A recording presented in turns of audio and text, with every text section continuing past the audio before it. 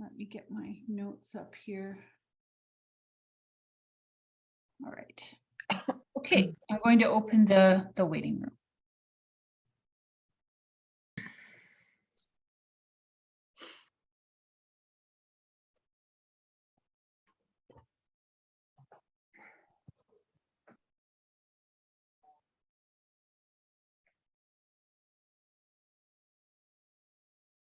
Wow.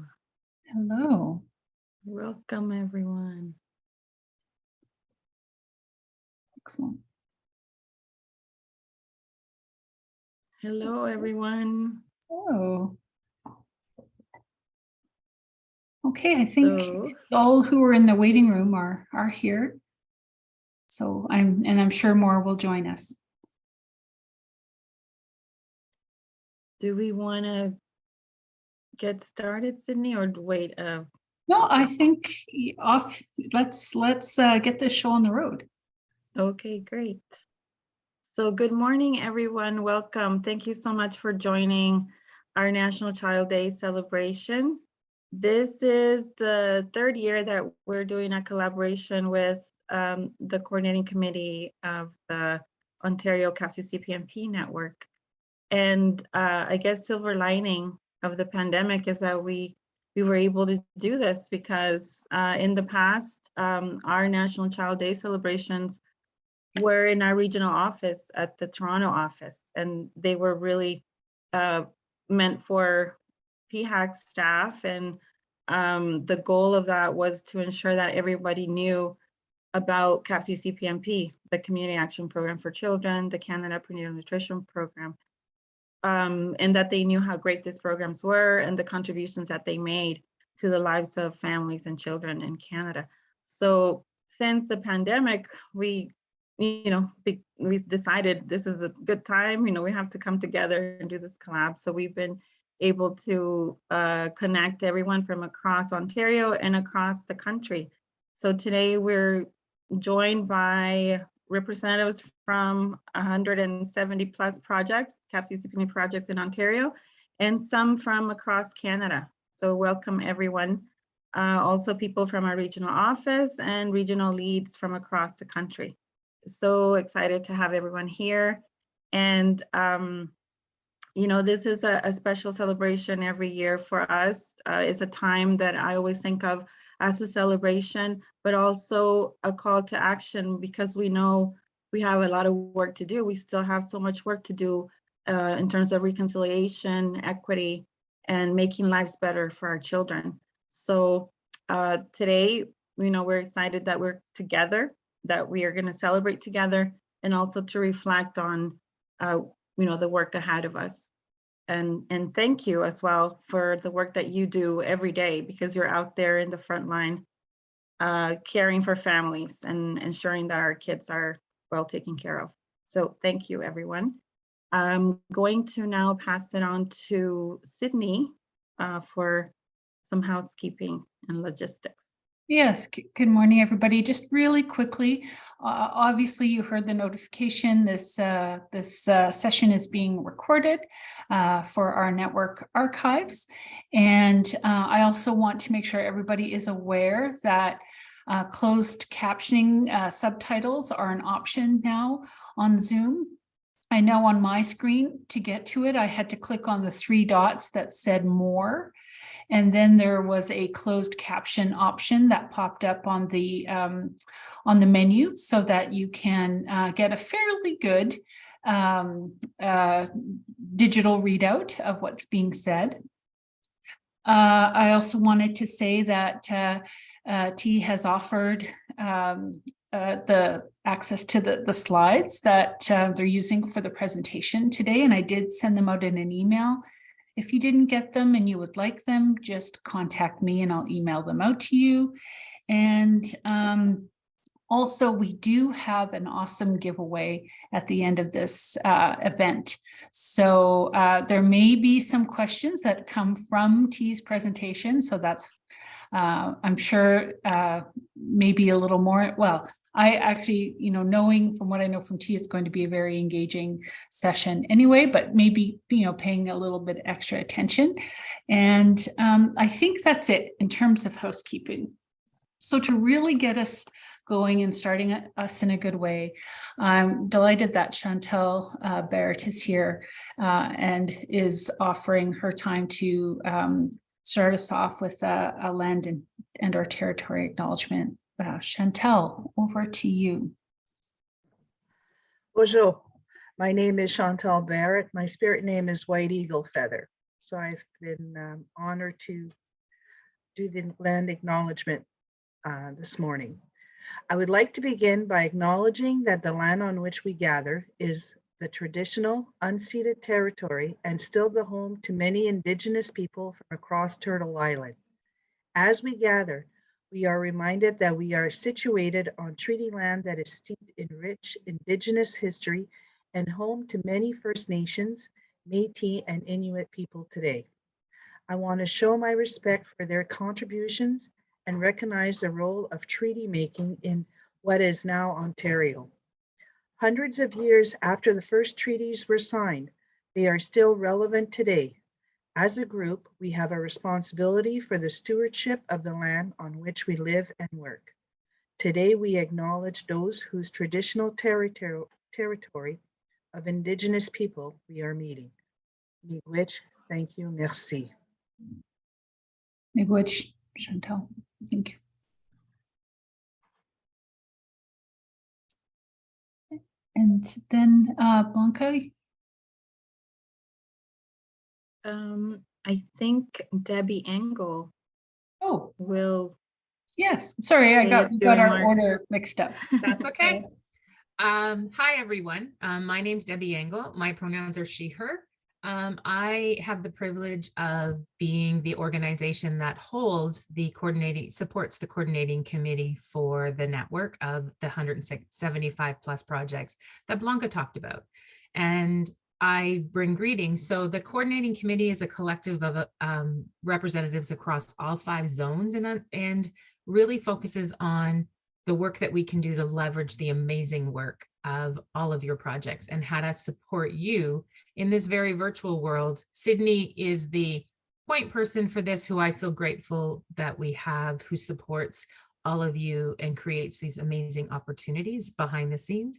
But I am here today to bring you greetings on behalf of the coordinating committee and want to thank you for all the amazing work you do for your communities and the children and youth and families that we support. Thanks, Debbie and Chantal. So I have also the pleasure of introducing Raina Loxley. Raina is our courageous program manager at Ontario Regional Office, and she will be bringing remarks on behalf of our team.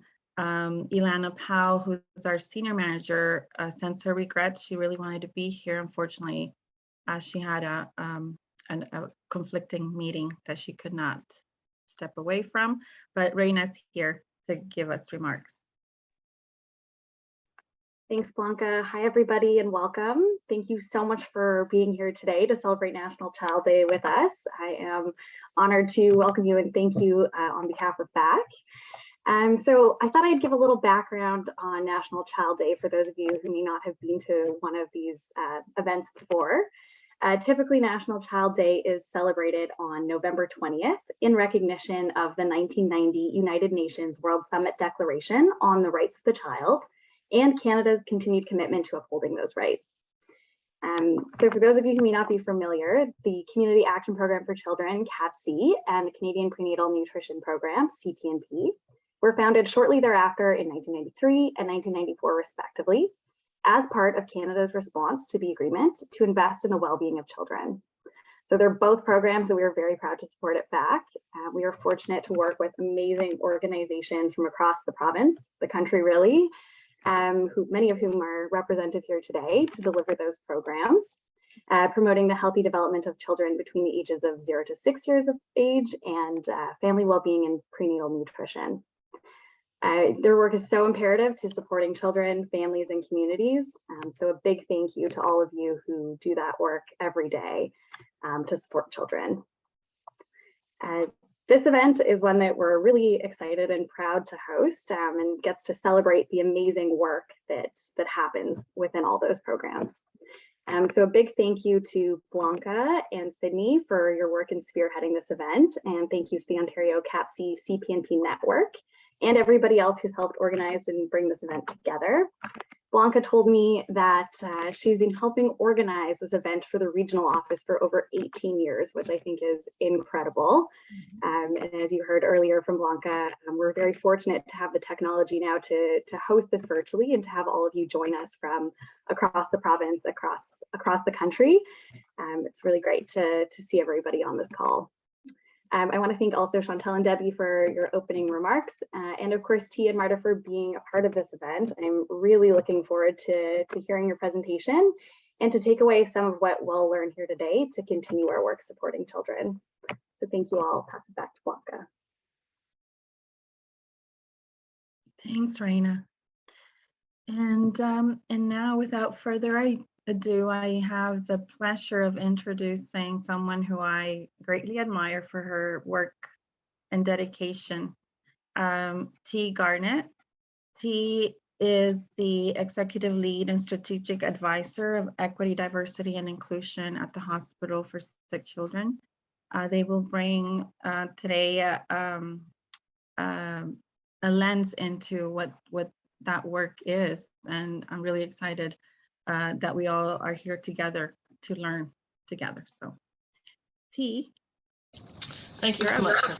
Thank you, Blanca. I just want to thank everyone for joining in this conversation and Blanca for inviting us. I'm very familiar with the work that Blanca has done, and after having a quick conversation with Blanca, I had a much more fulsome conversation about the work that National Child is part of. My partner, many folks know from the 5P, has been part of these conversations and really shared the instrumental work that this organization has done for many community organizations and spaces. So on behalf of sick kids and vulnerable parents everywhere, I want to thank you for what you're doing to create the spaces to have these conversations, to really lean in to how and where we can provide the best healthcare. And with that, I will invite Marta to share her screen, and we will jump right into this presentation.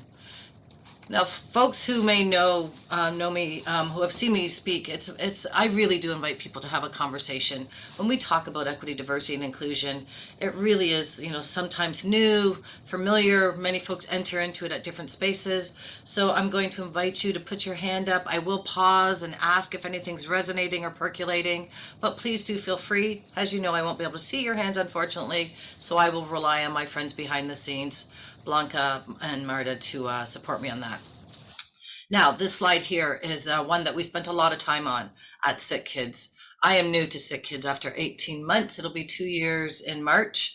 I am definitely not new to issues of systemic oppression, violence, and discrimination. And we're gonna locate these conversations in those spaces. And so this image at the very front is our new logo, and it was important that folks could see that they were represented but not defined by it. And it speaks to the quote at the bottom that is very near and dear to my heart. A healthy community, a healthy organization, a healthy family supports you in being distinct from and included with those around you. It's not asking you to assimilate. It's not asking you to fit in. It's asking the systems to create the spaces for you to show up in all the great ways that you do. And so this is how we engage in these conversations at Sick Kids. When I first started, our tagline along the bottom said, where everyone is seen, heard, and valued. And then I was reminded by my mom, who was deaf and hard of hearing, that not everyone, by another mother rather, that not everyone could see or hear. And are we saying they have no value? So even though I was deemed the expert in this situation and in these conversations, I had to admit that I made a mistake. And that's how we engage in systems changes, by having the courage to admit our vulnerabilities, that we are human. We're going to make mistakes. So we pause, we use a word that's becoming quite synonymous with healthcare, which is pivot and be nimble. But I'm getting a little dizzy, so I can only imagine, where everyone is acknowledged, valued, and respected. And that is the space that we engage in at Sick Kids, and recognizing that all of us enter into the conversation with the energy we just came from. So we create those spaces to leverage in and how we do this. So who am I? Next slide. So this is a picture of me. It's pretty old. I recently just spent the weekend up in Collingwood, where my people are from. I have been on the soil, has stolen bodies on stolen land since 1831. I am the granddaughter of a man named John Henry, who was an enslaved man who escaped to Collingwood, Wasaga Beach now, in 1831. But as slavery was still happening, he was sent back to his owner, has lost and found property, and he repatriated Canada in 1835 to stay. My people have continued to live in the Collingwood area until my grandmother moved her family to London, Ontario, where we have been for 4 generations. And I share this to locate myself, to locate my identity in these conversations, because that's the first thing we have to do. Who are you? Who are you defined as? Who are you described as? How did you come to be on this soil? How did your ancestors come to be on this soil? And how comfortable are you at defining yourselves based on the same systemic issues that define me as an invisible minority? Or I now pause and say, is that the language we want to continue using when language is power and invisible minorities are now visible majorities, which makes others from dominant spaces the new others in conversations? So it's these spaces that we need to erupt with new critical thought and learning if we're going to look at a different future for all of us. This is what I do. I've spent years in universities learning about the commercialization of systemic discrimination because I needed to understand why generations after generations continue to be overrepresented with health inequities, social service disparities, legal interruptions, and just simple disruptions within families and communities in healthcare injustices and environmental racism. I needed to understand why people who look like me didn't have the same opportunities. And so it's in these spaces that we engage in these conversations. And so there's some, I don't like to call them rules. I don't like rules. I'd rather have tools that create safe spaces for me. And some of those, next slide, please. Some of those spaces is understanding that there's no one way to be. There's no one way to feel safe. It's okay to admit you don't know. I actually encourage folks to admit they don't know, especially people in positions of leaders, especially in people in positions of perceived management roles or leaders of communities, both in identities and in just in behaviors. Because when we demonstrate the vulnerability and admit we don't know, we can create the courage to ask for help and invite other folks to share their thoughts. It's important that we're kind and empathetic. We are engaging in a space and conversation in healthcare that has never been had before. As a 6th generation Canadian Black person, my mother said to me when we were doing a first keynote speak for Take Back the Night many years ago, and she said, "Tej, why do you fight so hard? We made it. Look at us. Look at where we live." And for a woman who drank out of a fountain that said "Coloreds" in London, Ontario, her idea of making it was just being included with, not having value by. And so it's okay to admit we don't know, and it's okay to say that we're all at our different learning opportunities, but as we continue to lean in with open curiosity and open minds, we can come together to a place of safety for each of us. I encourage us all to disclose with caution.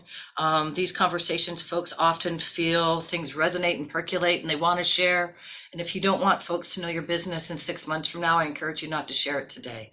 Because while it's always great, we love stories and stories that bring in sometimes the not great things that happen make better stories. And so I want to caution us to not share those types of stories that we don't want folks to hear about later. Next slide. Okay, so this is really what we're going to do. People say, "Oh, it's so uncomfortable. This is so hard." And I go, "It is hard, but it's deadly not to learn. It's uncomfortable, but you're safe." Most of us, to Blanca's point, are at a home, in our comfy clothes, hopefully on the bottom. I'm actually in all work attire, so still comfortable because this is what I love. But I have to understand that not everyone has that same feeling of safety. Not everyone has that same understanding of the theoretical knowledge that got us to this point. So how do we become anti-racist? It's no longer acceptable to simply say, "I'm not racist." What are you doing that is anti-racist? How have you created racial safety and solidarity? How have you acknowledged your own positionality of power, of dominance, in whatever way that we hold to create safety and alliances for folks who don't. And so the first thing that when we stay in this fear zone, I'm not racist.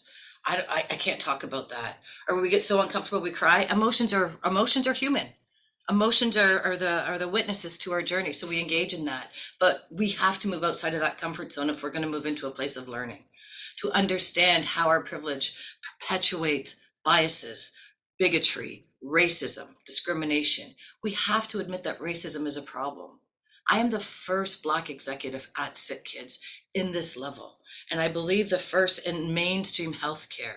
I started here in 2021. There, I believe, are 2 of us now in the healthcare system. How safe is it when you are the only, but speaking on behalf of many? So how are we engaging and understanding how we perpetuate this? How do we admit our own vulnerabilities about having biases? And when do we look at people who are different from us as the experts on their own identity? Do we ask folks to prove it? How do you prove nuances of behaviors? You know, we have to have these conversations if we're going to identify how we unknowingly, unwillingly, but still benefit from racism, from dominant spaces and conversations. How do we create spaces of discomfort while recognizing the unsafety for others? How do you speak out when you see the racism, when you see the injustices? Do you make eye contact? We all have it in those meetings where someone, you know, often we use the examples of Jane says, you know, maybe if we did the business model in this fashion and use these vendors, and no one listens to Jane, but then Derek says, what about if we use these vendors? And everyone goes, wow, that's a great idea, Derek. Do Jane and yourself make eye contact and go, did you see that? But remain silent? That would be a great opportunity to say, I just want to point out that Jane was speaking and was sharing this. I'm wondering if we can just revisit to Jane and allow her the space to share what she was starting to say. We're not saying anything about Derek or anything else, but what we're doing is supporting the spaces to create solidarity of safety. How do you educate yourself? How do you go from being afraid of making mistakes to knowing you will make mistakes and keep going? These are the spaces that we're going to unpack in order to have the liberation of all. Next slide, please. I often hear folks talk about this safe space. I'm safe in my title. I am not safe in my identity. And so we have to unpack that. And I also, you know, from a critical race analysis, this new concept of having a brave space. Am I now expected to survive racism, educate against racism, navigate racism, and be brave enough to call it out as the only racialized person? Where is the solidarity? Where is the alliances of folks who know that I'm the only, who recognize the vulnerability, and who have been able to understand what that feels like to walk into a room and knowing that no one will look like you, as opposed to always knowing that people will look like you?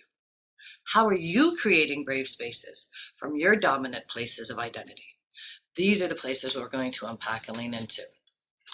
And some of the tricks that we're going to do, next slide, please, as we engage in these difficult conversations, is I'm going to give you some tricks. So I used years and years of being a trauma counselor, dealt with a lot of folks who had some dissociative identities and behaviors. When you start to feel that feel in your belly, keep paper clips on your desk. Twist them up, wrap them up, twist them up like your belly feels. Wiggle your toes in your belly and your shoes and your slippers on your carpet and your bare feet at the same time, and remind yourself, I am here, I am present, and I am safe. And remind yourself that we are feeling uncomfortable, but we are safe. And so it's in these spaces that we have these conversations. And I didn't start these conversations at Sick Kids. And many folks who know me find it quite incredible that I will admit to having my first boss crush. This person here has spoken about systemic violences like no one I've ever seen before. Oops, my apologies. We are having codes in my hospital. So Dr. Ronnie Cohen will identify himself first as a pediatrician who he loves. He loves being a baby doctor. And then a geneticist. And then, my apologies, you're going to hear a code shortly. And then the CEO. So those hierarchical identities speaks to who he is, what he values most. Clear, code red. All clear, code red. One more time. All clear, code red. Excellent. And so it was after the murder of George Floyd, not the unfortunate passing, not the horrible incident. It was a murder. And we watched it for 8 minutes and 46 seconds. The world had no choice but to watch the reality that people who look like George Floyd, who look like me, live with every day. George Floyd was one of 298 people killed that year by legal officials. 298 Black people killed that year by legal officials. So this isn't new. It's only because we were living in a pandemic that we were forced to watch it, that we couldn't turn off our televisions, that we couldn't click to a basketball or a football or a hockey game or any sitcoms to laugh about and ignore and deny the reality. So this man here stood up and said that he, as a leader, has a responsibility to do things different. It is no longer acceptable to say that we are anti-racist, but we need to be anti-racist. Next slide. So we began these strategies quite intentional. We launched our first Tea with Tea at Sick Kids, which happens every month, which gains tractions of anywhere from 500 to 1,000 people who join in the conversations about how do we create safety in our organization. And this was the announcement that Ronnie put at the beginning of our strategy. These are Ronnie's words. Many folks think that I have a lot to do with how and things get perceived or presented, but it's important that he identify his, well, being an invisible minority, his positionality of privilege of being a white passing CEO in this institution. And so even as a Jewish man, he had to come to grips with how he benefits from racism as a white passing invisible minority. So language is powerful. Having his words speak to the ongoing issue and conversation and what we're doing at Sick Kids is imperative. Wiggle your toes, don't forget to breathe, and let's keep moving into the conversation and sharing in the celebrations. We often spend a lot of time talking about what we have to do, but I'm going to pause and share some of the things that we've done at Sick Kids, because this is how we begin change. We have health equity rounds. They happen all the time. They happen on a weekly basis. We try to schedule them so they support the dialogues and diversity, that supports the bioethics rounds that just happened, that supports ongoing conversations about how we engage in these conversations.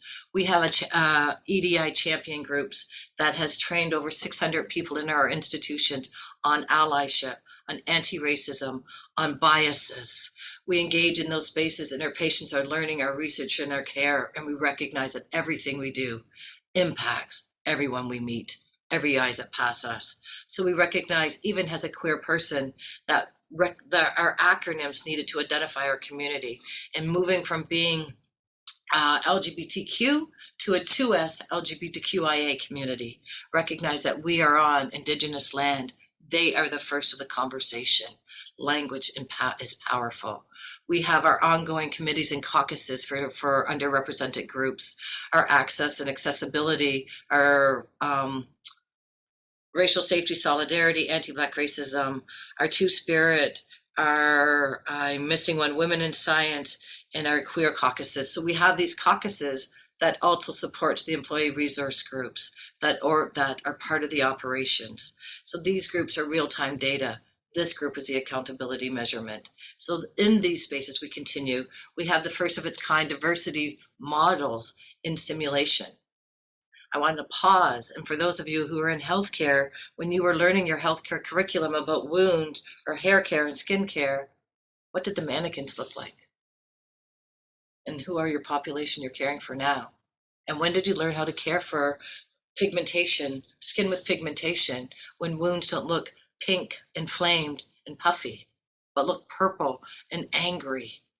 How do you engage in these conversations? How do you care for hair that is not your appearing fine or normal hair? Right? And so these are the spaces. We signed the Black North Initiative, which is an intentional, meaningful conversation. We have a land acknowledgement that we put up at the beginning of our slides at all of our conversations, while having a 6 foot statue on the corner of our land, recognizing we work with the Center for Innovation of Excellence in having the impacts of our conversations, because we know what we're doing impacts the consumers we serve, which are the patients and family. Next slide. We launched our strategy on February 28th and to recognize Black History and Liberation Month, but also to recognize the future coming in, where we have everyone is valued, respected, and heard, and that all of us are part of a larger puzzle.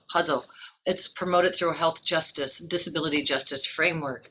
It's part of our collective responsibility. It is not my responsibility to bring equity into this organization. That is my expertise to support other folks on how to do it. We champion human rights as a form of quality and care, and we illuminate and address the personal, organization, and cultural barriers that exist as opposed to pretend they don't. And we start by modeling the truth and reconciliation with our Indigenous communities by listening. We do a lot of listening and holding the spaces to have those conversations. Next slide. So here's a large map of where we are. Click again for me, please, Marta. One of the things we really tried to impress upon folks is it's not a linear box. We're not going to go from A to B to C to F. We're going to go to A to F and come back to B, because this is what equity looks like, because we're human. We're going to make mistakes. And when we get it right, the finish line gets further and further, because inclusion is going to look different all the time. We're learning that with our younger generation. We've started by identifying our structures and systems and policies that govern our institution. Most recently, we launched the first anti-racism policy in a healthcare in a pediatric institution, and including race as a safety definer on our safety occurrence reporting tool. We didn't merge race identity into workplace violence and discrimination. It is not a neutral identity. It is a standalone that impacts everything else of my lived experiences. We have continued to support days of significance. Starbucks is here, and the coffee cup conversation has started. Starbucks went from wishing people to Merry Christmas to season's greetings to not saying anything now, in order to be inclusive and not offensive to anyone. But it didn't take away people's rights to say Merry Christmas, Happy Hanukkah, Happy Kwanzaa, but it said that we all have the right to celebrate however we celebrate, to pray to whatever God we pray to. We each have the right and dignity to do that. And so we do this by engaging in employee data. Who do we work with? How do we create safety? How do we create more of a representation of communities that are invisible or underrepresented here, that reflect in our patient base? When I talk about data, I myself got really nervous, and I will admit to that, because who holds that? Do not include me if I have no value. We measure what we treasure. We compensate what we value. I'm not a pigeonhole, though. Don't just plug me in and say, yep, we got one. Am I safe? Am I reflective? Am I engaged and have a space of belonging? And if the answer to any of that is no, then I'm not included. So these are the spaces. We have safer spaces that are real time, that support the caucuses. Next slide, please. That support the caucuses that we have. And part of even my contract with this organization is that all of my peers and VP teams, thank you, peers and VP team had to take their own equity coaching. They had to learn the implications of anti-racism, anti-Black racism, and anti-Indigenous racism, the differences and the complicitness of each. And so we continue to do that. We have our data analysis, who is specialized in workforce data collection and analytical responses. We engage in the recruitment tools, and part of, again, those systems is reflecting the community. I am so proud to say that Sick Kids is moving with having a gender inclusive electronic medical records. We have a trans adolescent clinic here. We have great posters. Anyone got great posters but doesn't have meaningful engagement? This is how we make changes. If our systems don't allow our identities to be included and safe and valued, then are we really doing transformational change? We're positioning EDI in the corporate structure. Our community leadership will sit at a governance level, which is a tri-chair model of an Indigenous elder, an elder with African heritage, and the equity chair, in order to be accountable to the community we serve and bring that in transparency. We continue to support. I'm so thrilled to say that we've hired our first, not the only, Indigenous health specialist and patient navigator to support our learnings while also supporting patients in our conversations and spaces here. We continue. I attended a gala last night for our Black family advisors and our Black excellence at Sick Kids, recognizing the overrepresentation of certain communities and illnesses. Sickle cell disease has been around since 1916, and it's the largest underfunded long-term health care. And we have to ask ourselves why. Who does that disease largely impact? Next slide. So I'm going to stop talking now, and I'm going to ask for a poll. And really, because we just have this really fun new tool that we've never got to use before, and Marta and I are excited to see. So, have you ever experienced concerns when accessing healthcare services for the communities you support? And I want you to go into your chats, Marta's going to start us off by showing us the first word. There we go. Thank you, Marta. You can enter it on menti.com using this code, or simply for you techie folks, you can use your QR code. I'm so impressed by all of this right now. I'm just saying. I almost want to use my own QR code, except I don't even know where the phone is. So join us in the conversation. What are some, have you experienced concerns when accessing healthcare services for communities? So enter this code on your phone, type in your answers, and it will begin to show us and percolate. And you're going to start to see some of the themes that come up. So I'll stop talking. I'll get Marta to bring this down. Amazing, Marta. And let's see. Oh, Marta, are you frozen? There we go. Thank you.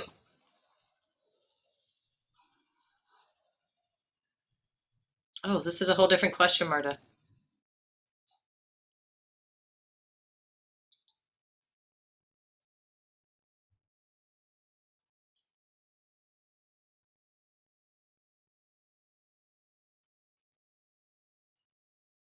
Marta.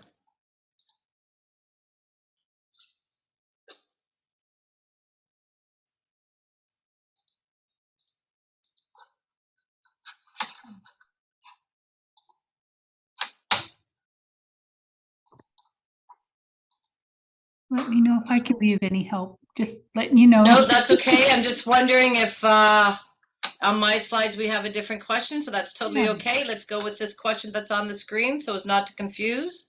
My apologies for the slide confusion there. Oh, this is a question that came up on mine. That's okay. That's okay. It's all good. People are starting to panic in the behind the scenes. We're going to roll with it. So let's pull up that poll again so we can actually see the word puzzle flip in. And let's answer our puzzles and see what are some of the most concerning issues.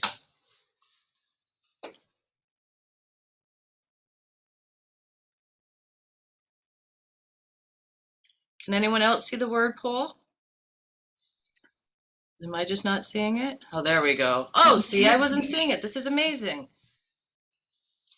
So some of the main impacts. It's overwhelming. Oh, this is wonderful. Thank you for sharing this, Marta. Your patience. The social determinants of health. That's awesome. What are the main impacts? Accessibility. Transportation. Spaces and access. Nice. Language. Huge. Representation. This is awesome. So we can see some of the bigger words are standing up. Those poverties, again, coming back to the social determinants of health. How things are, how systems impact you. It's okay. It's okay.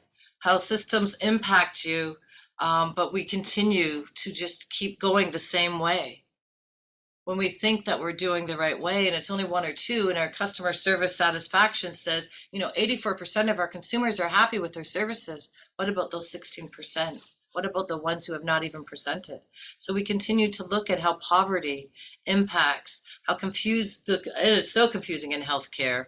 I don't know what your hospitals look like, but when you come into one door and you're told to go down the hall to your right to the third floor up and then come back and go over, what if English is not my language? What if I have a hearing impairment? What if? Who answers these questions for us? So these are some of the spaces that we continue to understand on how how things change. It's okay. We're going to pull it off. We're going to go to the next question. It's okay. This is how we admit. I shared that this was the first time we're using this poll. So we tried it. We're going to iron out the tweaks, but we get the sense of what we're doing. Next slide, please, Marta. There we go. So many folks. This image actually came from Dr. Ben Danielson, who was the first Black director in a United States hospital in Odessa Brown healthcare system. And it was a healthcare system clinic in a very socially economic deprived community, which looked like largely substandard housing, poor transportation, poor access to foods. And so Ben Danielson brought this image back to the forefront. When we talk about essential workers, who are we thinking of? Who do they look like? And here in Ontario, our essential workers, 40% of them were women. And of that 40%, a large percentage were racialized women. So this is a quote, has a family. Martin Luther King was very near and dear, and has a mom and grandmother. This still speaks to the dream. I have a dream that my children, my grandchildren, will one day live in a nation where they will not be judged by the color of their skin, but by the content of their character. I say this, and I share that many of us have different experiences in healthcare, that we do not access systems unless it's absolutely necessary. And folks know that, but haven't changed it. So when will our dreams become reality? Next slide, please. This link is embedded in your PowerPoint presentation, and I encourage you to watch the video. It's a quick 4-minute video. It's pretty old. We recently shared it at U of T social work course, where quite a large percentage were rattled by it, because in social work disciplines, we're not talking about racism, and we're not talking about the implications of not talking about racism when our population looks very different, and how that lands on folks. And so what is your privilege? What is something you were born with that you did not have a choice, but you still benefit from? How many of us can run in between, literally run in between meetings to the washroom to grab something to drink and back to our chairs without being late? That's a privilege. How many of us think about how we're going to leave and get safe through transportation? How we're going to pay rent? How are we going to eat today? Am I going to pay for my meds or my electricity? These are privileges. When we don't have to think about the existences that have become normal. What is normal? I shared at the beginning my positionality as a Canadian Black person. I remember sitting in a room where someone said, "Oh, I'm just normal, I'm white." And then other people went, "Oh yeah, me too." And I was like, oh wow, we have literally normalized whiteness. And have we normalized whiteness as a natural state of being when we now have organizations that speak about EDI? And what am I diverse from? So these are the spaces we have to erupt new thought as opposed to disrupt, which sounds a little more scary and punitive. Next slide. I remember growing up and they would say, we tolerate differences. I don't want to be tolerated. I tolerate bugs because I don't have a choice, but I'd rather they weren't there. So are we tolerating differences, or are we honoring differences? Are we celebrating differences? I often refer to our differences as many shades of blue in the sky above us.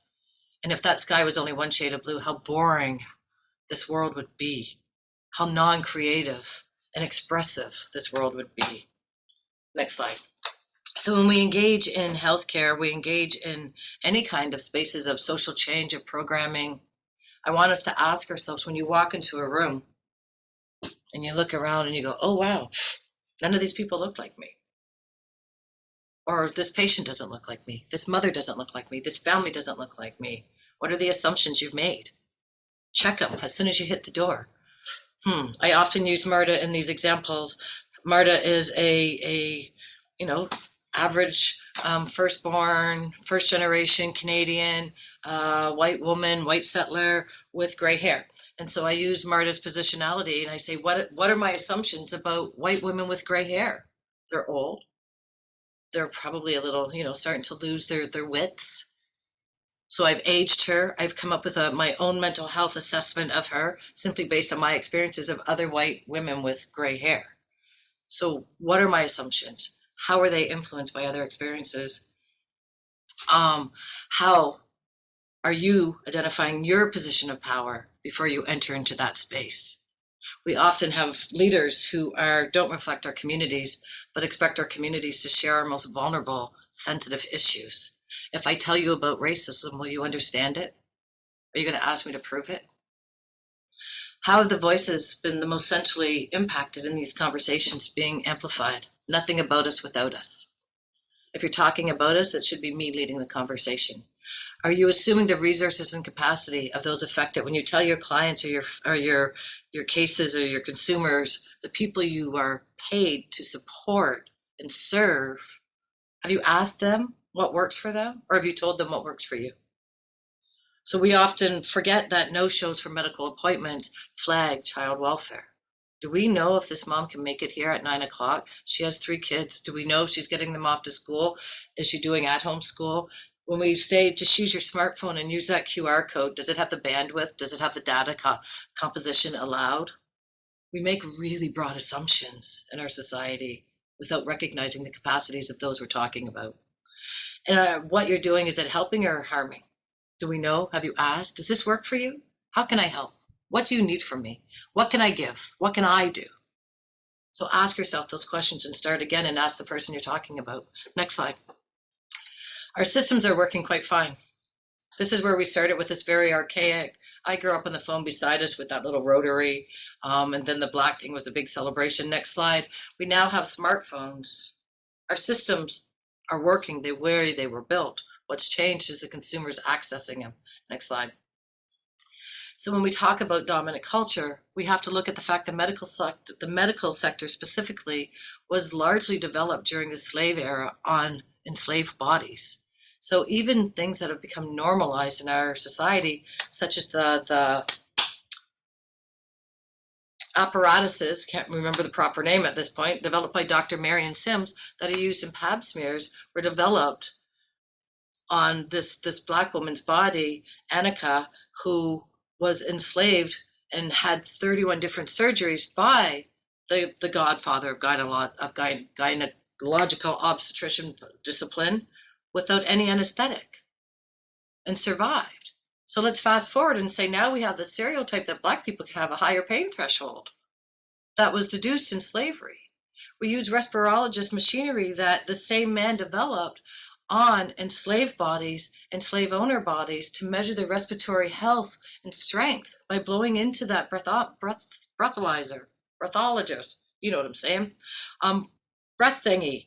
By blowing into it, we used the enslaved persons and said, wow, his lung capacity is not nearly as big as the slave owners. Did we ask?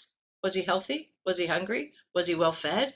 Did he sleep? Was he living in the same conditions? We have to ask these conversations because we have the same apparatuses we're using today that don't read through pigment, that we use the same race-based medicine on. So have we normalized these things? Have we started to ask the critical question as why is it this way? Or are we just accepting it is this way? Next slide.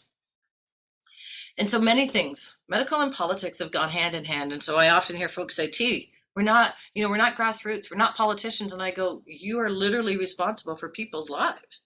You are politicians in white coats in community healthcare centers.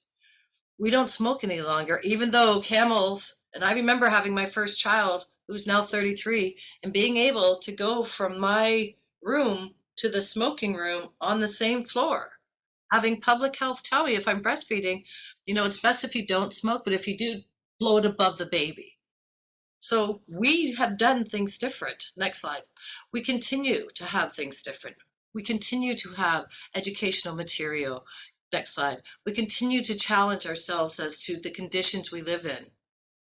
But is it okay for some but not for all? And why is it okay for some but not for you? Next slide. And so healthcare is political care. It's human rights. And if you're in positions of power to have these even conversations, then you have the ability to make change. Next slide. I'm having a little traumatic response. We're going to try this word cloud again. I can hear Marta in the background. So this is my perceived note of Marta. So we're going to try this again. And we know a little better. I see the mouse skipping across. So yeah, my apologies. I jumped ahead before and I didn't let Sydney launch the poll that we had planned beforehand. So let me know if you want to just skip through this, T. This is the one they just answered from the last time, correct? I want to have a conversation. So unless folks, I invite you to share, we'll have it behind the scenes, but maybe we can move to the next one then? Sure, you want to go to the next poll right now? Yeah. Okay. Because I like the word clouds and it gives folks a chance to share what's happening. This assumption we all have the same experience is problematic. Is this the next question? Excellent. Beautiful. Perfect. So, these are the codes. These are the QR codes. Thank you for your patience. We can do it. We're going to try again. There was 48 people on that call, on this call with us, at least 30. Let's try and get at least 20 different things. This is your time. I've given you. Sorry to interrupt, but I think it would be helpful. Oh, what is the question we're answering? How can sick kids further support the work you're engaged in? Yeah. So maybe we can just leave that up then. That's great. Thank you. Thank you. That sounded like Sydney. So I'm going to say, thank you, Sydney, for that. So how can sick kids further support? The number one, the largest pediatric institution in this city. With power, Peter Parker, comes great responsibility. This is a time. These are the spaces. I literally have a meeting with their CEO to say, this is what community is saying we need to do. Tell me what to do. How can I help? Resources are not an issue. You have a magic wand. How can I help? Is it educating community health care about pediatric acute needs? Is it providing accessible food options? How can we help?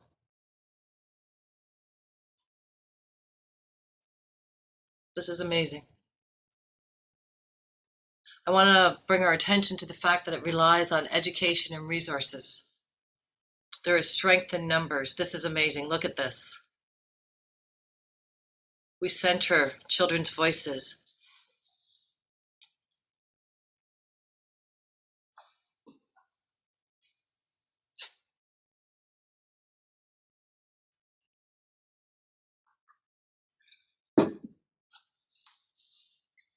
Wow. Blind spots. By that, I am going to assume that you mean mental potholes that we keep falling into. Lived reality stories, nice. So we're going to keep this. I'm going to print this out. And this is my reminder on what we do, who we serve. So I'm not seeing any more movement. Thank you, Marta. It was a win. It's okay. We did it. Now I want us to really have a real conversation about what does impact a person's health. And if you've seen this before, then my apologies. Then I invite you to maybe jump in. I can't see any hands, so if you have seen this before, maybe you have a different version of it. But I often hear that, it's my genetics. I come from poor genes. Being Canadian Black, poverty is part of our genetics. Mental health is part of our genetics, but it's not. What impacts my life are the systems around me. We often forget about legislation that denied, marginalized, systemically oppressed people and simple, equal access, whether that was the red circling of real estate. Good neighborhoods were neighborhoods to refer to non-racialized neighborhoods. But when you got racialized people, your tax bracket literally went down. So we equated racialized people with poor neighborhoods, otherwise known as ghettos. And let's ask ourselves how we perpetuate these languages, how we impact our childhood development. We know this. There's been oodles of research and reports of data that has come out that said early childhood development impacts long-term mental health. We know that access, social inclusion, how safe am I, how close am I to my resources will tell you how big my agency of identity is, my sense of self. But if I'm constantly told you don't fit, this isn't meant for you, you can get blacklisted, blackballed, and blackmailed by talking so boldly. What is my value as a Black person? And how are we creating safety? When my identity has literally become part of my social determinants of health, as opposed to the systems. Being born Black is not a crisis. Being born Indigenous is not a crisis. Racism is the crisis. Racism, systemic inequities, and oppression is killing people, literally. And so we have to ask ourselves, How are we relying so heavily to point the finger at people as opposed to systems? How do we have access to healthcare? Alternative healthcare? Alternative benefits? Extended benefits? Who gets those? And when we make referrals, is it the same wait time? It's not. Is it the same referral time? It's not. What do we do about that? Oh, that's just the way it is. Well, who's going to stand up and change it? Why is when I come to this country through the Canadian immigration system, they look at my ethnicity and they say, oh, you know, you're going to find more people like you, Black communities in the Jane and Finch, in the Jamestown, or in the Rexdale community. We literally have created these systems that perpetuate these communities of inequities. Next slide. So how are we changing it? And what are we doing different? Okay. So these, understanding it, the norming of it. So over here you have that way far, the distal, way far. Oh, that's so far. My family weren't slave owners. I didn't do that, but we're benefiting from it still to this day, right? We know about residential schools. The Indian Act is the most racist political legislation that still exists. How is that possible? Oh, it's just people know. Why do we have these tiered systems? Why do we have, biased political decision making when we have, politicians? We haven't had water in over 16 Indigenous communities just 2 hours north of Canada, but Walkerton had a water crisis. People were charged and it was fixed in less than a year. Why? What is the difference? Why do we have reports after reports on social economic status of marginalized people, and that more families of racialized descent are living in poverty, but we do nothing to challenge the systems? We just accept the reality. How is this acceptable? Folks once said to me, Tee, you're so emotional. And I said, if people look like you were dying at the same rate they look like me, would you be emotional? What will it take? What is the tolerance level before we do something within our healthcare systems to make it different so our healthcare cares for all? How do we have overrepresentation of people in this community? South Asian community, South Asian men are more likely to have a cardiac arrest in Canada than in their home country. But yet we say we have the best medical systems. No, what is happening in our communities and our systems that is killing people? And how have we accepted this and normalized this? Next slide. And so we often will use these spaces of like, oh, it's just them. It's just them. Brian St. Clair was sent to the hospital by his medical physician, put in a cab as a double amputee from a motor vehicle accident, and was ignored to death for 36 hours. Joyce Echequan just happened.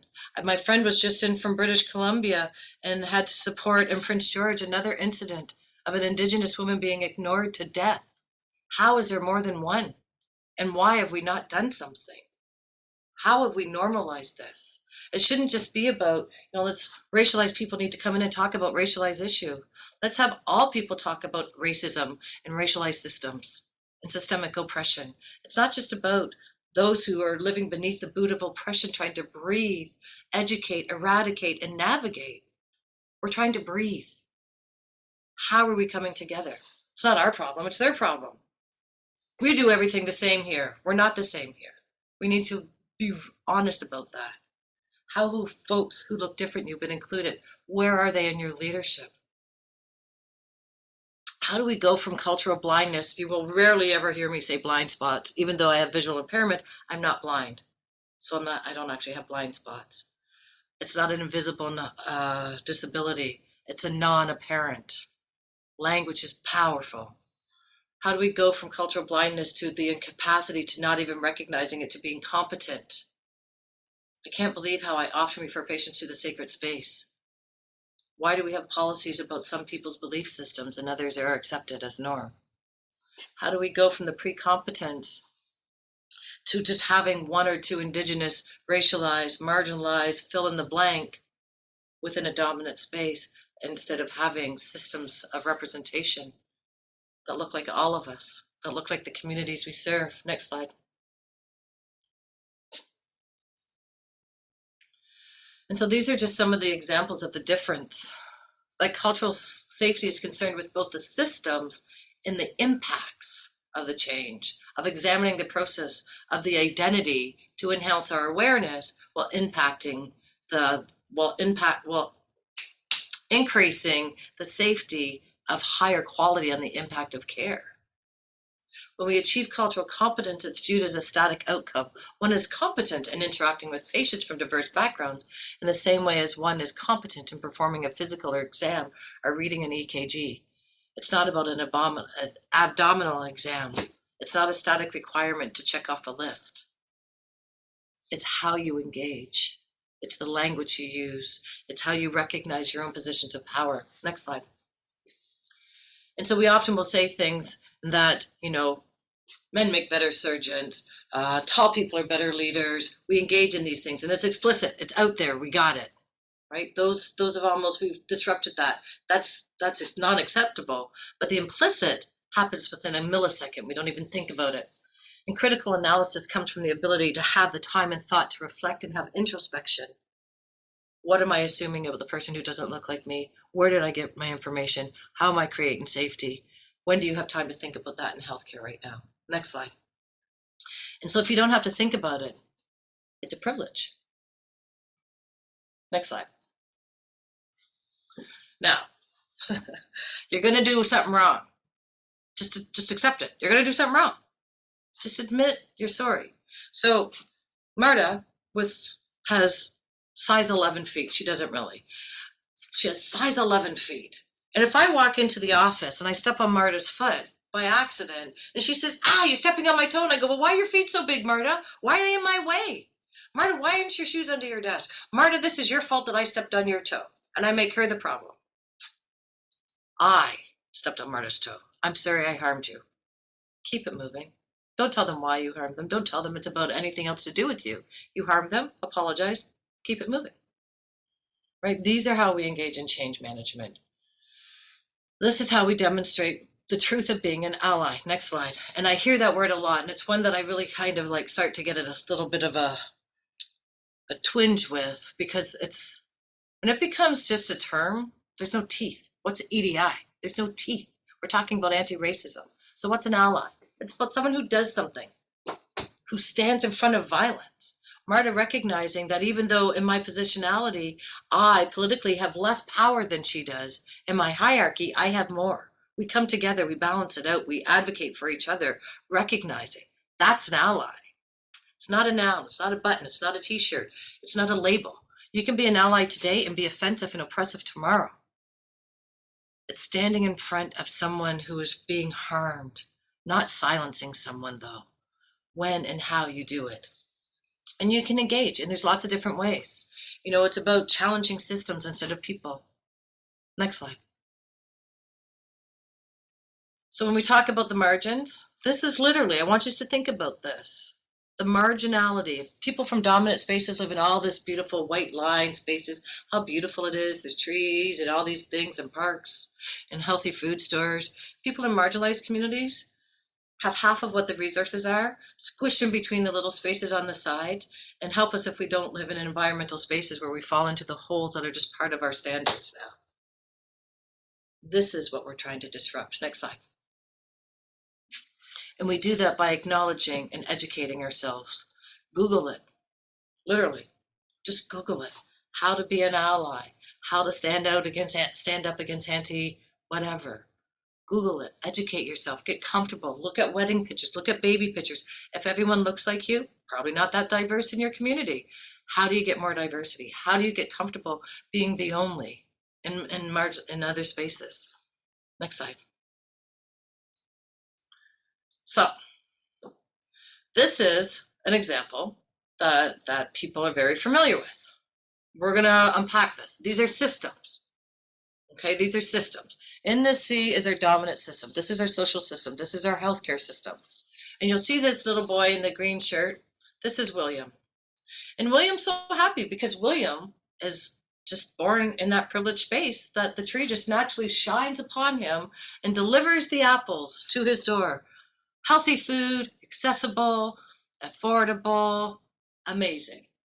Luca, on the other hand, is like, well, I was born over here. I didn't ask to be born over here. I didn't choose to be born over here, but I'm born over here. I'm hungry. Where's my apples? There's not as much resources. There's not as much accessibility. And Luca is hungry. Next slide. And so we go, okay, we're all about the good of one is the good of all. Equality. You both get the same ladders.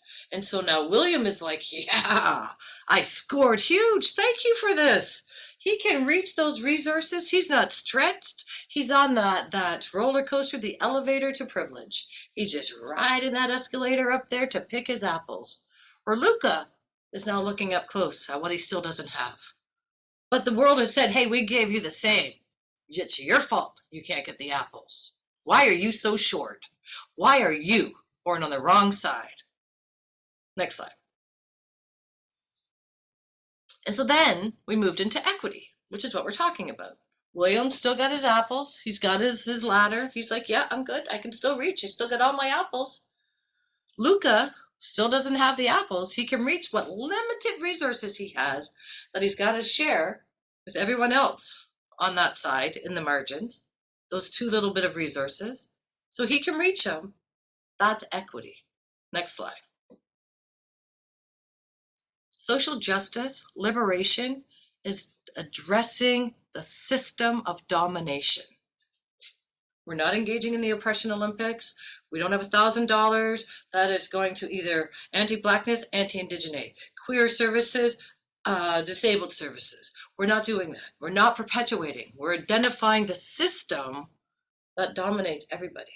Heteronormative, white passing, able-bodied, educated, Christian-based, Anglo-Saxon. What does Ford, Trump, Trudeau all have in common? Those are the systems of domination. How are we challenging the systems? Not the people that are impacted. How are we rejigging the tree so that it grows fruit, equally accessible, healthy, standardized, yummy, yummy, delicious, healthy food that is equally available to everyone in our communities? Next slide, please. Oh, okay, we got it. Nope, Marta's like, we're not doing it again. Marta's been traumatized. We got it, Marta, it's okay. So if you haven't read this book, I have a degree in critical race analysis, and I read this book after the murder of George Floyd. I'm still here. And I've given this book to many people. And what it does is it actually tells you what it's like. The messages every day. Wow, you communicate so well. The message that you said to me is, I'm surprised that Black people have the ability to communicate in such logistic and rational ways, because we expect you not to, right? So it's like the coding, what's happening inside people's mind. And really all we're learning to do is treat each other better. Be nicer, be kinder, and accept the reality is we're not all the same, and that's good.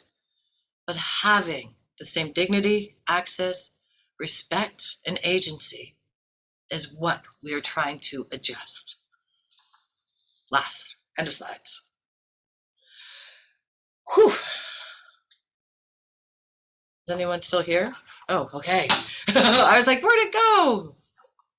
So this is where I pause, take a drink of water, ask folks to, how'd this land? How can, I see some questions. Thank you. How can HCP, what does HCP stand for? Ingrid? Oh, healthcare providers, there you go. How can healthcare providers address their own implicit biases? Because these definitely impact quality of care, treatments, options. Agreed. So one of the first things I would say is Harvard released a implicit association test. It's amazing. Thumbs up if you've done it. I see a couple head nods. One thumb, thank you. So this implicit association test is awesome. Thank you, Sydney. It's also free. If you just Google implicit association test, Harvard, it'll come up. And so what I did is I worked with my team and we did it. And once a week, we would all do race, and then we'd unpack. So what'd you get?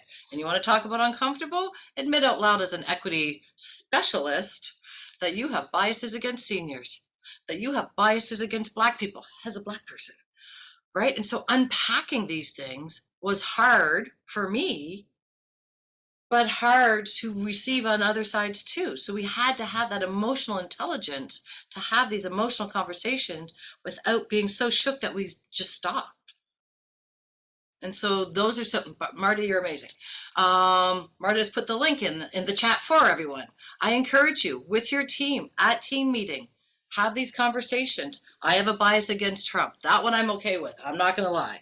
And so I've done it a couple times and it keeps getting worse. So I was like, okay, I have a bias against Trump. I don't like mean people. I'm okay with that. But the other ones against seniors, I had to unpack. Why do I have a bias against seniors? Why do I, as a Canadian Black person, have a bias against Black people? Because I was raised in the same systems of Dick and Jane and black male, black explicit, and Black is evil. So I had to unpack my own internalization of my own sense of hate for my own people, community, and self. That was hard.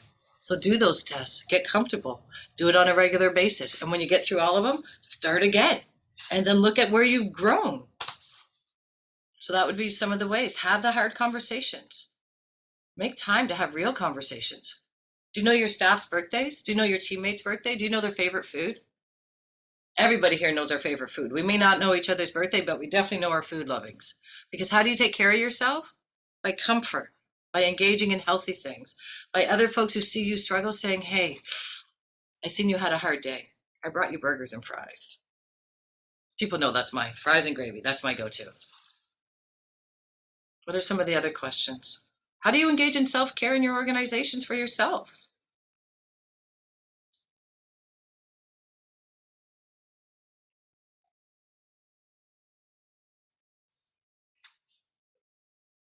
Did I scare everybody?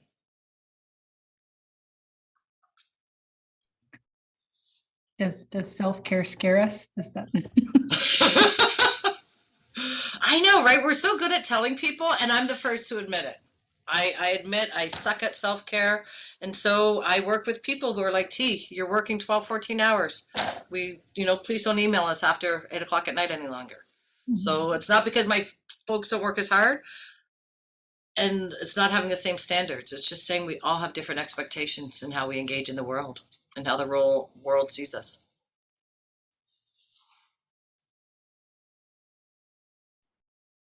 I can keep picking your brain if no one else wants to. T. All right. That's Ingrid. I really love this topic, and I'm trying to, I work in a public health agency, and so we're really trying to focus on this, and I'm fairly new to the agency, but what I hear is that, oh, we've done this 5 years ago, we've tried, and then we lost momentum and it all fell down. And now here we are again doing all these learning opportunities. And it's almost like this apprehension that things are really going to change. Like, is EDI kind of a fad right now, And so I don't agree with that, but it's how do we let this live and breathe in our agency, regardless of who's sitting at the top in the leadership table, right? Like, I know it has to be implemented into our strategic implementation plan. It needs to be in all of our policies, but I'm a frontline worker. I don't have that ability. Our board of health is all older white people, so it's I find this very challenging. And as an Indigenous woman, I find I'm taking on more than I need to. And then that self-care falls through the cracks because I go home and cry, and my kids are going to live with the same thing I had to, it's just a mental game. It is. It's a quagmire of nonsense. And so I think part of it is having data. This is where, and people, it's as clear as black and white. And I go, what does that mean? It's as clear as the obvious. Like, let's stop using color-coded language. Let's understand the origins of language. And so to your point, having a policy that says we are anti-racist, having it built into our mission statement. We demonstrate racial sensitivity, cultural safety, however it fits within your mandate and objective. But if you don't say it, where is it? Oh, it's an assumed. No, it's not. Yeah. It's not assumed. Public health policies are not inclusive. We know that. And so if we don't say it, why did we think they were? How did that suddenly change from the way they started, right? And so having it be deliberate, have it be intentional. We have a report card, and I'm now preparing my organization that we got some Fs. And so that's going to be a public report card. And they're like, T, you can't share that. I'm like, oh, no, we are. I won't put, You have to be honest. you Yeah, have to we're be not there yet. honest. Yeah. If you're not going to be honest, then you're lying. If you're not going to be honest, then you're lying. So why am I going to trust you? And you're lying again, still, right? And so what I say to my organization, and they say, you know, we got a complaint, and I say, well, I didn't say anything, but I want you to tell me first what you did to create safety, right? So those are the spaces. So the Health Equity Impact Association tool, it's a great tool. HEA, Health Equity Impact Association, and that actually was derived from the Racial Impact Association that came from the UK like 30 years ago. New Zealand, Australia, Queensland, Pediatric Hospital, Public Health, off the charts amazing work. Way ahead of us in our Indigenous health strategy and inclusion. And they did things like, hey, we noticed an overrepresentation of kids with ears, nose, throat problems, illnesses, but they're not coming into our clinic. So they had a clinic on a Saturday. Healthcare workers don't work on Saturdays. Had a clinic on a Saturdays when parents weren't working. 30 families came on the spot. They were like 7 need surgery immediately, 14 need a referral, but they were there. They brought the community, or they brought the system to the community. They held the ears, nose, throat clinic. It was called Deadly Ears, I think, in a community space. Like, you want to talk about traumatizing, tell the same people you harmed to come back into the institution that harmed them, but you're safe now. What have we done that's safe now? Right? And so I think being intentional, having the quotas, being accountable and transparent, we're going to prepare our organization to share that report. And prepare them for it's not going to feel okay. You will survive. And what are we going to do different? This is what you told us, because we do a lot of surveys in healthcare. I'm new. I came from post-secondary. I'm so over-surveyed right now, and I'm waiting to see what's happened with all my surveys. But we never share it back. We didn't say that 60% of you has told us this, and this is what you told us to do, and only 20%, but this is what we're doing. We just suddenly announced, you got more massages. No one told us they wanted a massage. They said, we need support, not a massage. We said, we can give you a massage. If you don't have time to take the massage with the original benefit packages, why did you think you were going to have extra benefit packages? Like, it's not even, just listen to what people are telling you. Ask the question, how can I help? They told me, now it's my job to help. You know, one of the things that our Indigenous communities have said is stop asking us what to do. We gave you 4 different calls to action. Start. They gave you the 94 calls to action. Pediatric care only had 7. If of those 7, if you haven't done the 7, don't ask for more. Do the original things you were told to do and stop asking. Start with that and then report back. Put it on your website. Because people will tell you what you don't do. And I'm not saying brag about all the little things, but I am saying share the moments of celebration, share the changes, share the accolades, and share the realities of what's left to do. I love that. Thank you. You were very inspiring. It was a great presentation. Thank you. Thank And you. our CEO now does go around every week to every unit, sits down in their teams, doesn't speak, listens, just listen, then comes back, takes it to his VPs and says, this is what we were told. What are you going to do to implement this? And we report back. It's a lot. People are already stretched.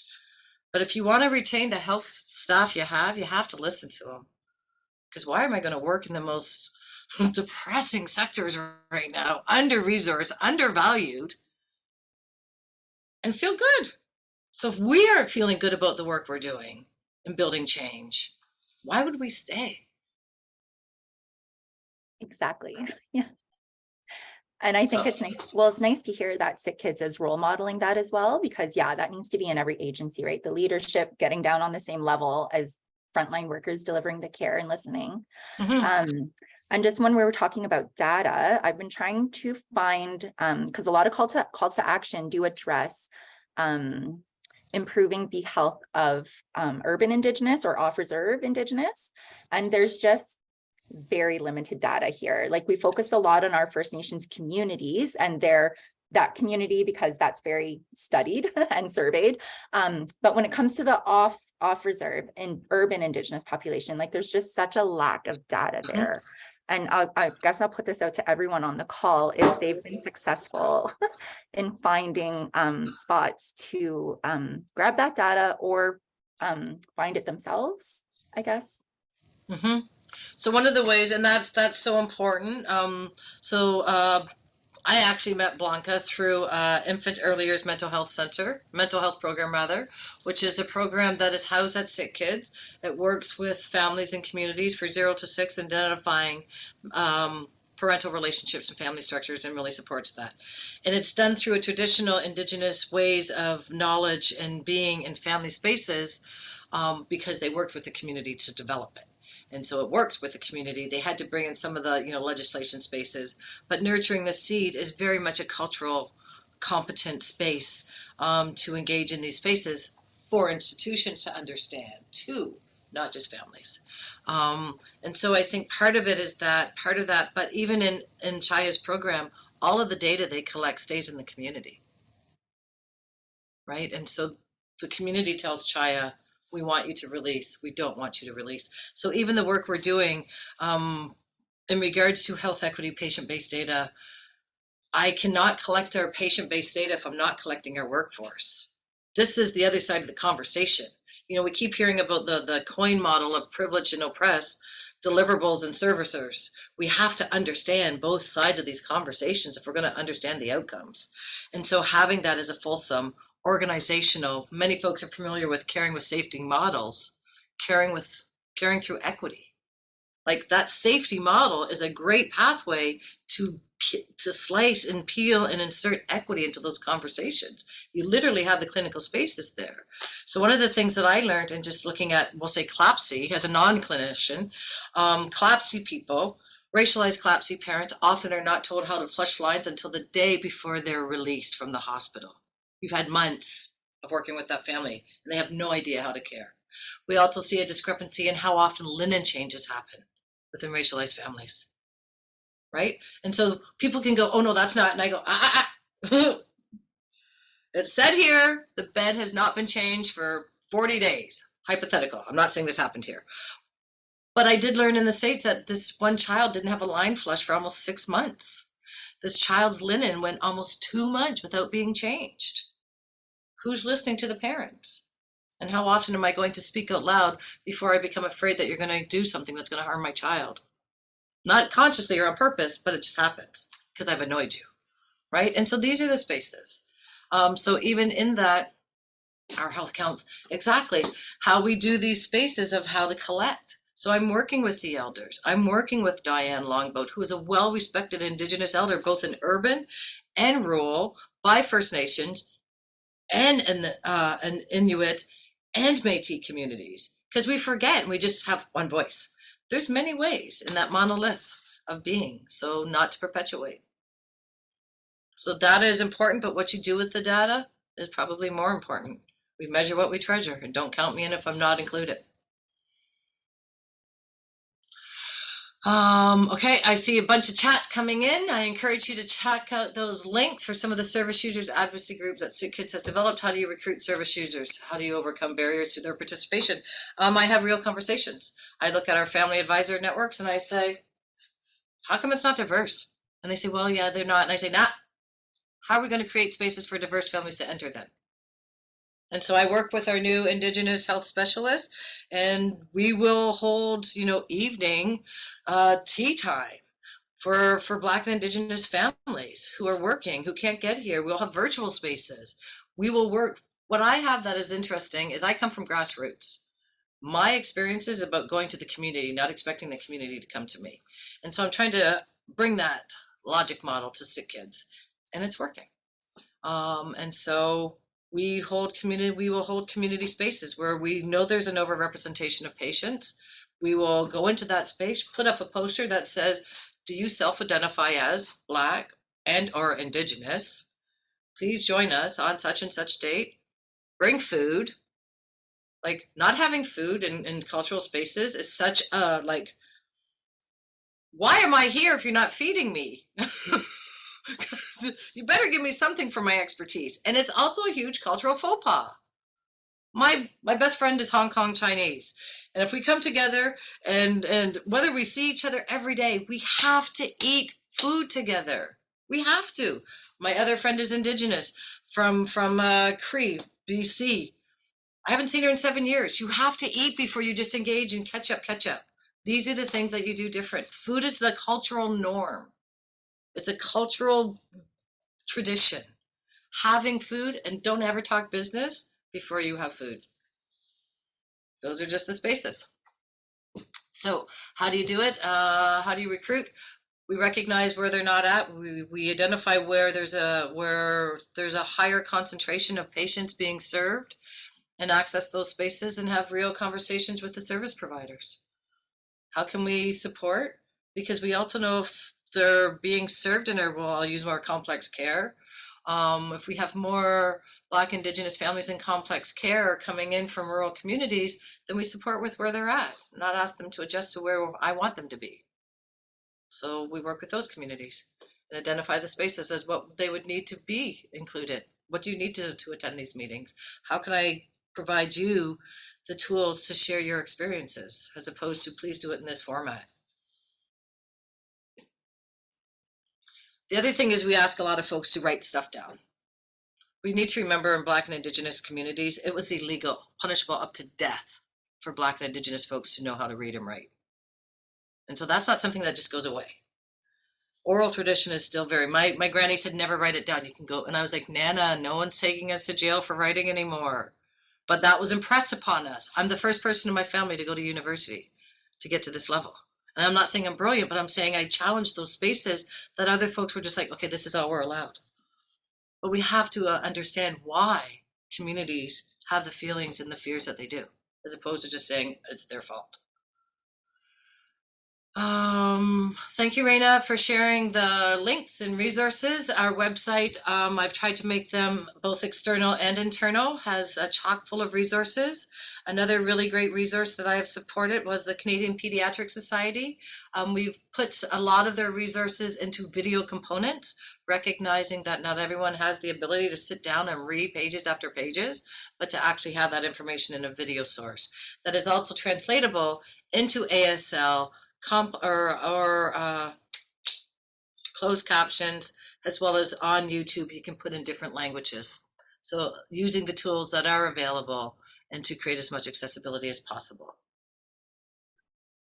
Is there a chance that all these great links will be sent to us? That I cannot promise you, Leah, but that's a great idea.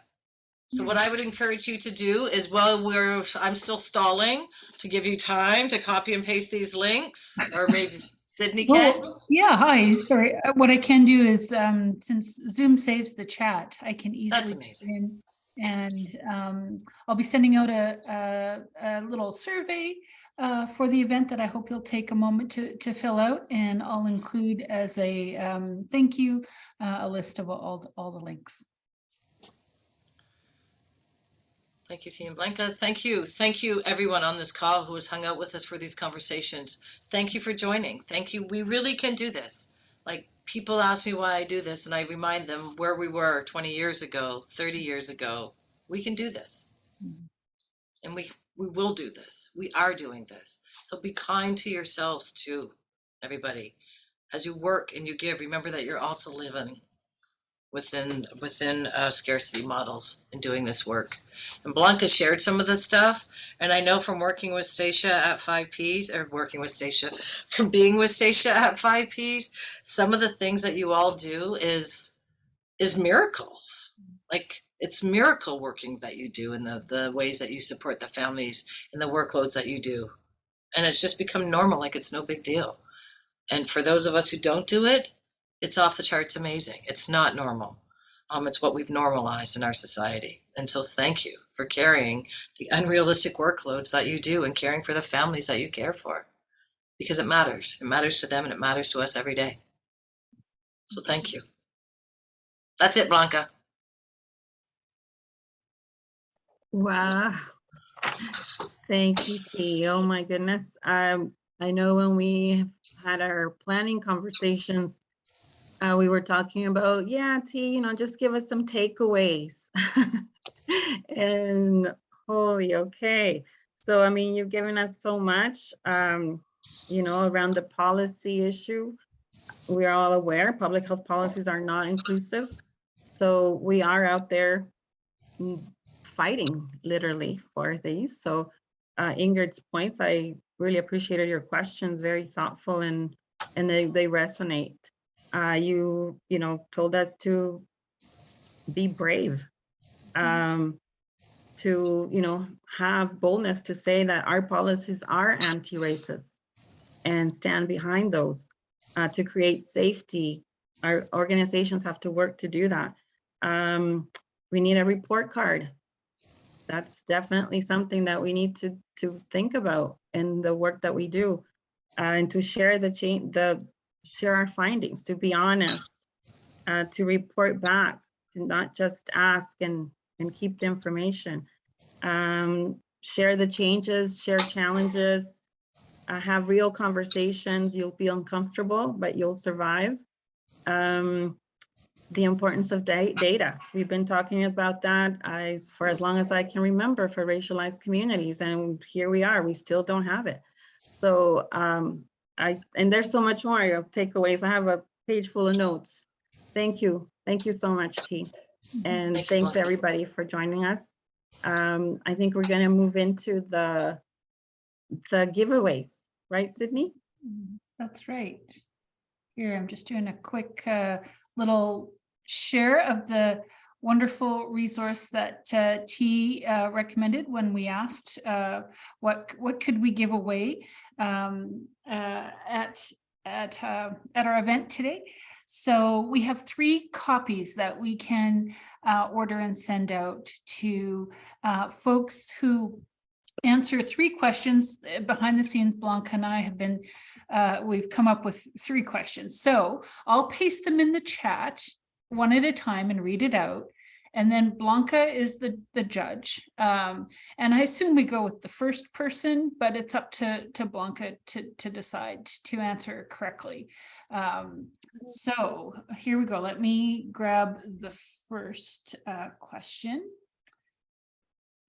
Okay. Hopefully I can see who answers quick enough, because sometimes it moves really fast. So if I need help, everybody help me.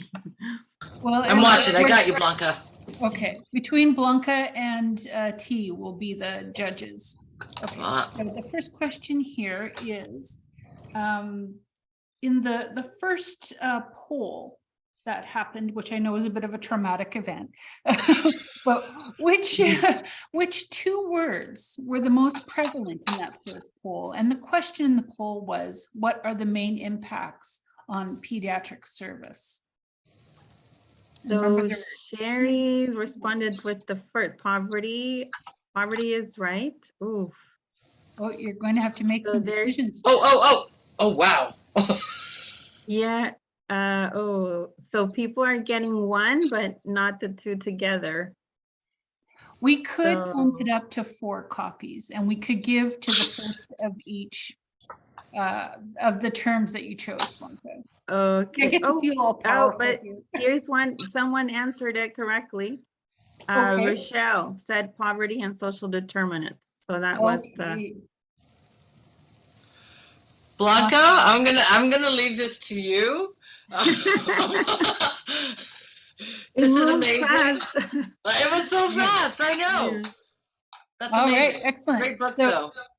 That was our friend Rochelle from the Northeast Zone, right? Congratulations. Yes, way to go, Rochelle. Excellent. Okay, the second question is from one of Tee's slides, and something that Tee said is, here it comes, an ally is not a blank. An ally is not a blank. Ooh, Alexa, you got it right away. Noun. All right. Now I'm making notes of the winners, but I'm also counting on the winners to email me and let me know who you are and how I can be in contact with you. Okay, congratulations, Alexi. One last question. And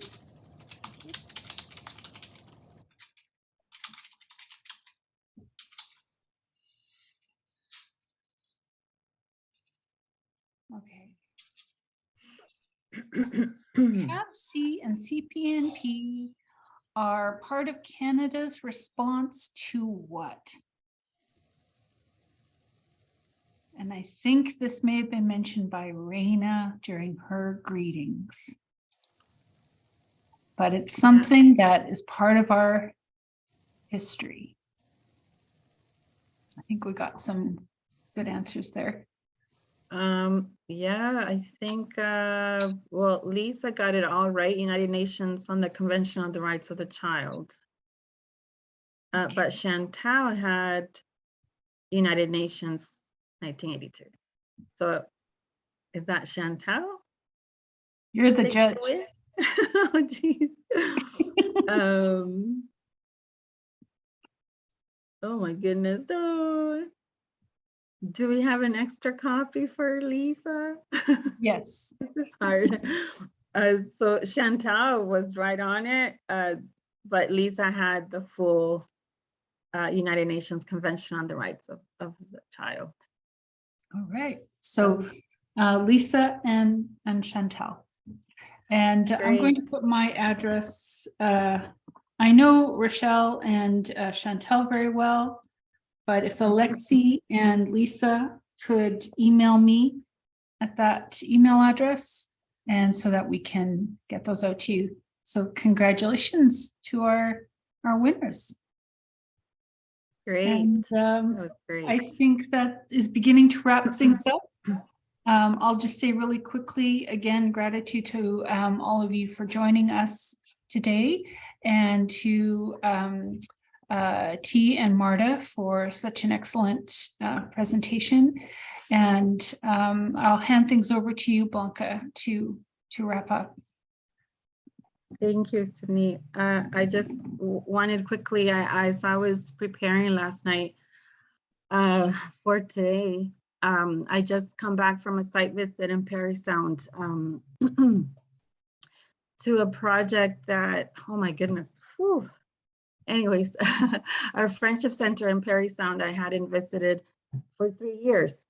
And it was really amazing to, you know, be there with the families and actually to see how the program had grown from 3 years ago.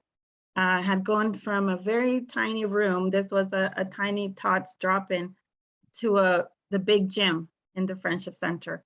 And there were close to 40 people there, babies and parents, grandparents. So that was really amazing, and couldn't have been for me a better way to celebrate National Child Day.